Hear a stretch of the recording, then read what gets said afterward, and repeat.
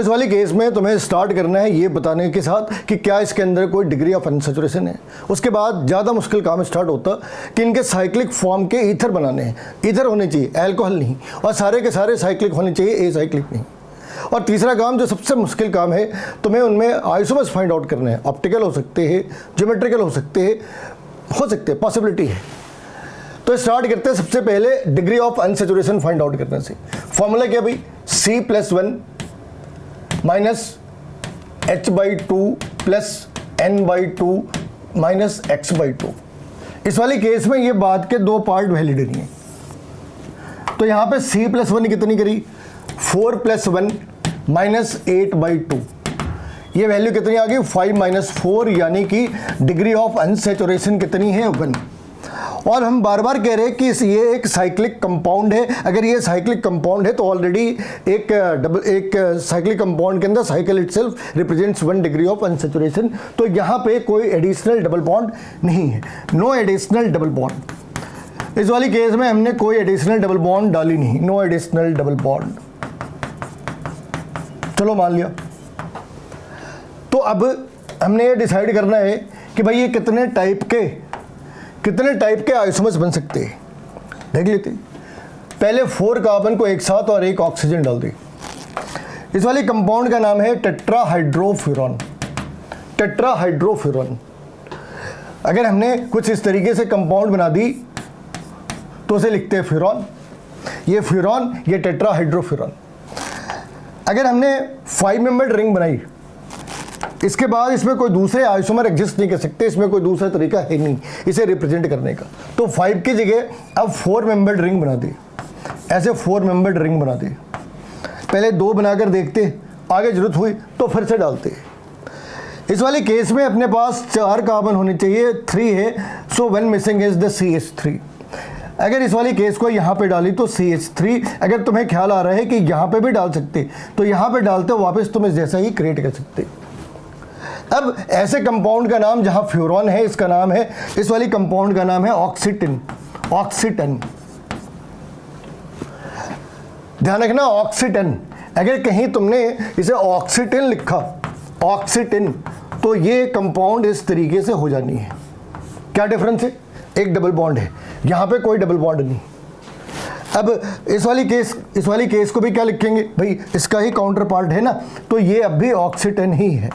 लेकिन of course इसके IPC name अलग है। ये 2 मिथाइल ऑक्सीटन है, ये 2 मिथाइल ऑक्सीटन है, और ये 3 मिथाइल ऑक्सीटन है। इस वाले केस में इसके बाद अब हम 3 मेंबर्ड रिंग यूज कर सकते हैं। तुम्हें अब 3 मेंबर्ड रिंग यूज करने हैं, तो तुमने क्या करा, ऐसे 3 मेंबर्ड रिंग बना ली। तुम यहाँ पे देखो, यहाँ पे 1, यहाँ पे 2, तो टेक्निकली यहाँ पे 3 तो बना ही सकते हैं। लेकिन अभी कार्बन सिर्फ 2 ही है, हमें टोटल 4 कार्बन करने हैं, CH3 CH3। एक फॉर्मेट ऐसा हो सकता है दोनों के साथ CH3, एक फॉर्मेट ये हो सकता है कि इस जगह पे CH3। और अब इसके बाद इनके नाम क्या हो सकते हैं, तो जैसे ये 4 मेंबर्ड है, ऑक्सीटन नाम लिखा है, वैसे ये 3 मेंबर्ड का नाम है ऑक्सीरन। तो क्या लिखा भाई, 2,3 डाई मिथाइल ऑक्सीरन। इस वाले केस में क्या लिखा, 2,2 dimethyl, it's a 2,2 dimethyl oxirane. इस वाली केस का नाम क्या लिखा, इस वाली केस का नाम लिखा 2 इथाइल ऑक्सीरन।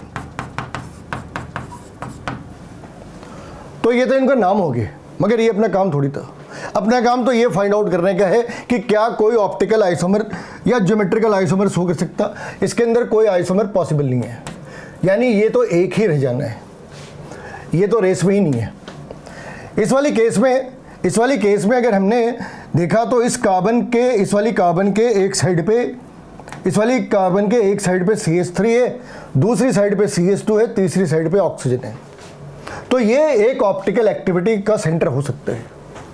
अगर ये ऑप्टिकल एक्टिविटी है तो एक बार में अगर इसने R शो करा तो अगली बार S इसने शो करना है। इस वाली केस में क्या है, इस वाली कार्बन, यहाँ पे तो 2 हाइड्रोजन है, 2 हाइड्रोजन है, तो उस वाली साइड पे देखना नहीं। इस वाली साइड पे एक साइड मिथाइल ग्रुप है, दूसरी साइड भी मिथाइल ग्रुप है, तो यहाँ भी कोई ऑप्टिकल एक्टिविटी हो नहीं सकती।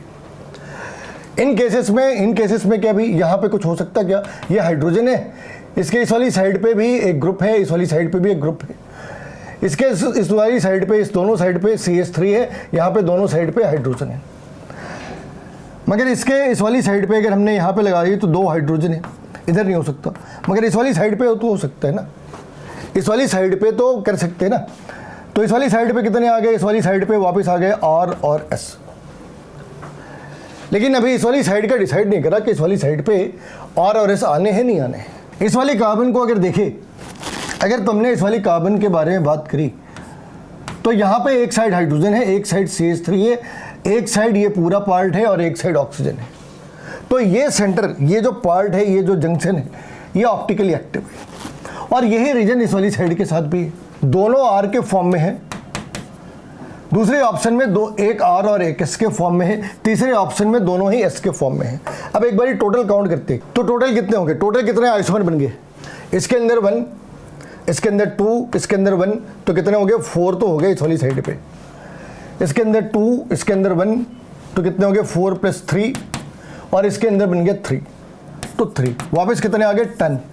तो आंसर है ऑप्शन नंबर 1। तो इस वाले क्वेश्चन के कितने सारे पैरामीटर्स थे, इनके अंदर अनसैचुरेशन कितनी है, इनके नाम क्या है, इनके स्ट्रक्चर क्या है, और उसके अंदर कितने तरह के आइसोमर है, और ये सब कुछ 60 सेकंड के अंदर करना था इस बार। Make sure to follow me on Telegram, Instagram. ID has been provided here, and don't forget to like, subscribe, share the content. We'll see you soon in the next video. Till then, be consistent, be focused.